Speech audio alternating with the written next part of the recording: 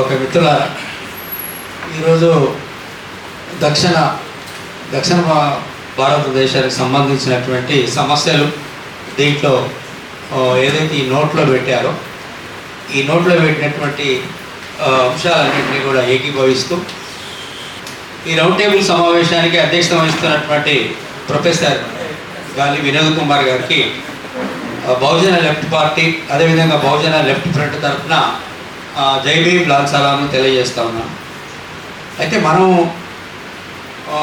ఏ రాజకీయ దృక్పథం అయితే ఉంటుందో ఆ ఉద్యమం కూడా అదే రాజకీయ దృక్పథ సారాంశంతో కొనసాగుతూ ఉంది. ఆ రోజు మనం తెలంగాణని అక్కడ ఉన్న ఆంధ్ర ప్రజల్ని లేదా కొంతమందిని ద్వేషించడం మూలంగా రెచ్చగొట్టి చేశారు. అది ఆ విధంగా కాదు. మనము ఉత్తర భారతదేశ పెట్టుబడిదారులు ఆధిపత్య పెట్టుబడిదారులకు వ్యతిరేకంగా మన మూమెంట్ ఉండాలి అనేది దాని సారాంశమే. అక్కడ ఆ బ్యానర్ మీద ఉన్నటువంటి ఫొటోస్ చూస్తే మనకు అర్థమైపోతుంది. డాక్టర్ బాబాసాహెబ్ అంబేద్కర్, మహాత్మా జ్యోతిబా ఫులే, పెరియార్. అంటే దక్షిణ భారతదేశ సాంస్కృతిక విప్లవ ఉద్యమ నిర్మాత పెరియార్ రామస్వామి. కాబట్టి ఇవాళ ఈ దేశంలో ఈ రోజు కూడా ఆ రాష్ట్రంలోకి అడుగు పెట్టలేకపోతుంది దక్షిణ భారతదేశ. సార్ చెప్తా ఉంటారు, నేను ఎప్పుడు వెళ్ళిపోయాడుతాను, శ్రీనివాసరావు గారు చెప్తా ఉంటారు బీజేపీ పార్టీ గురించి. అంటే పార్టీ ఏదైనా వారి దృక్పథం అంతా ఒకటే ఉంటుంది. దక్షిణ భారతదేశంలో ఇవాళ రేపు రాబోయే రోజులలో చాలా సమస్యలు మనం ఎన్ని మాట్లాడుకున్నా, ఆంధ్ర తెలంగాణ వచ్చినప్పుడు నేను ఇంతవరకే మాట్లాడతాను. ఆంధ్ర తెలంగాణ సమస్య వచ్చినప్పుడు తెలంగాణలో ఉన్నట్టు 119 సీట్లు, ఆంధ్ర రాయలసీమ కలిస్తే 170 సీట్లు అట్లా వచ్చేది. ఏ విషయం వచ్చినా తెలంగాణకి నిధుల విషయంలో కానీ ఇతరతర విషయంలో వచ్చినప్పుడు తీర్మానం, అసెంబ్లీ తీర్మానం చేసినా లేదా మంత్రివర్గ కోర్పులో చూసినప్పుడు లేదా అధికార వ్యవస్థలో చూసినప్పుడు ఆ ప్రాంతానికి బ్యాలెన్స్ పెరిగేది, ఈ ప్రాంతానికి బ్యాలెన్స్ తగ్గేది.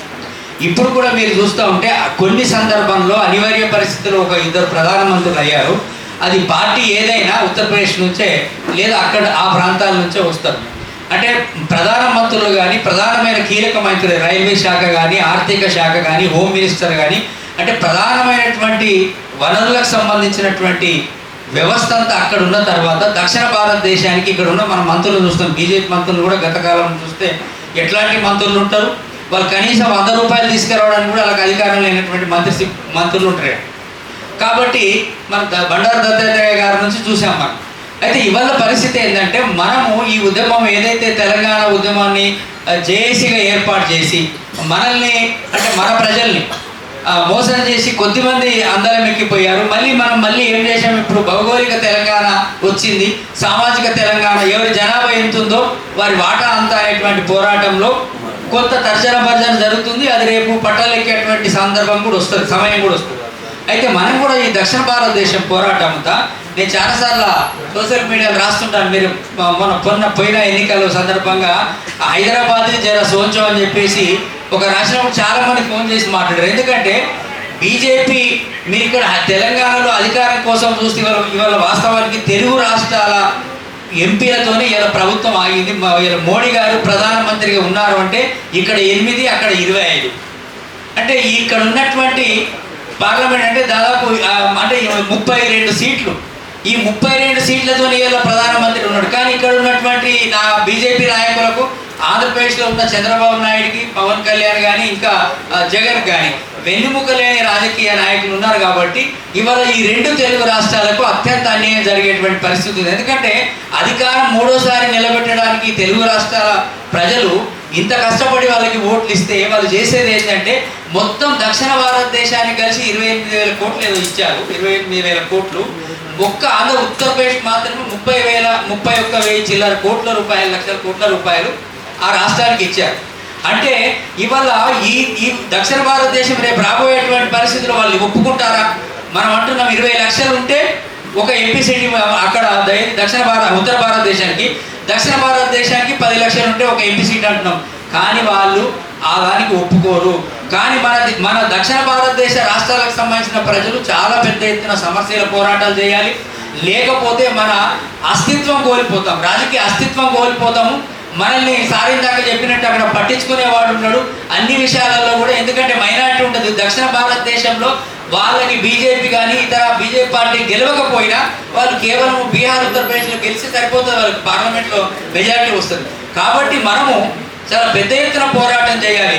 భారతదేశం సమైక్యంగా ఉండాలి, కానీ దక్షిణ భారతదేశ ప్రజల హక్కులు కానీ దక్షిణ భారతదేశ ప్రజల యొక్క ఆత్మగౌరవాన్ని కానీ మనము నిలబెట్టే విధంగా ఉండాలి. అయితే దీంట్లో విశాలమైనటువంటి ప్రజానీకాన్ని, వ్యవస్థల్ని, పార్టీల్ని, కొన్ని జాతీయ పార్టీలు ఉన్నా కొన్ని సందర్భాల్లో రాకపోవచ్చు.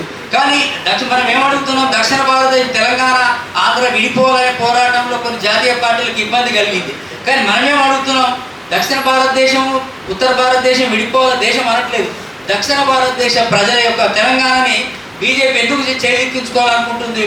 హైదరాబాద్ చుట్టూ ఈ రోజు కూడా లక్షలాది ఎకరాల భూములు, ఈ లక్షలాది ఎకరాల భూముల్ని గుజరాత్ గుత్తేదారులు ఈ భూముల్ని లాగేసుకోవాలని చెప్పేసి, పెట్టుబడిదారుల పేర్లతో లాగేసుకోవాలని చెప్పేసి ఇక్కడ కనుక క్యాపిటల్ని పట్టుకుంటే, ఆంధ్రప్రదేశ్ అక్కడ వెళ్తుంటే తమిళనాడు మొత్తం ఈ దక్షిణ భారతదేశాన్ని కనుక చేసుకుంటే ఉత్తర భారతదేశానికంటే 1000 రేట్ల ఎక్కువ సంపద ఉన్నటువంటి ఈ ప్రాంతాన్ని చేజిక్కించుకోవడానికే మరి బీజేపీ ప్రయత్నం చేస్తూ ఉంది. కాబట్టి మనము ఇవాళ పార్టీలకు అతీతంగా దీన్ని ఒక సమైక్యంగా ఉద్యమాన్ని నిర్మాణం చేయాలి. దీన్ని ఇంకా విస్తృతంగా జరపాలి. కొన్ని జిల్లా హెడ్ క్వార్టర్లో జరపాలి, కొన్ని మండల హెడ్ క్వార్టర్లో జరపాలి. విద్యార్థుల్ని అందరినీ కూడా మనం సమీకరించేటువంటి ప్రయత్నం చేయాలని చెప్పేసి తెలియజేస్తూ, ఈ కార్యక్రమాన్ని మరి అందరినీ పిలిచి లీడ్ తీసుకొని కార్యక్రమం నిర్వహించడానికి ప్రయత్నం చేసి నిర్వహిస్తున్నటువంటి ప్రొఫెసర్ గారికి మరోసారి మరి మా బహుజన లెఫ్ట్ పార్టీ రాష్ట్ర కమిటీ తరఫు నుంచి, అదేవిధంగా BLF నుంచి కూడా జై భీమ్ లా సలాం తెలియజేస్తూ, ఈ కార్యక్రమం ప్రతి కార్యక్రమంలో కూడా మేము భాగస్వామ్యం ఉంటాం. అదేవిధంగా ఏదైతే మనం ఇలా దేశానికి రెండవ రాజధాని, చాలా విషయాలు చెప్పారు కాబట్టి ఇంకా నేను అది అవసరం లేదు. కాబట్టి రెండవ రాజధాని ఉండాలి అనే దాంట్లో మేము బలంగా మరి మద్దతు తెలియజేస్తూ, నాకు ఈ అవకాశం ఇచ్చిన సార్కి మరి ఒకసారి ధన్యవాదాలు తెలిసి ముగిస్తాం.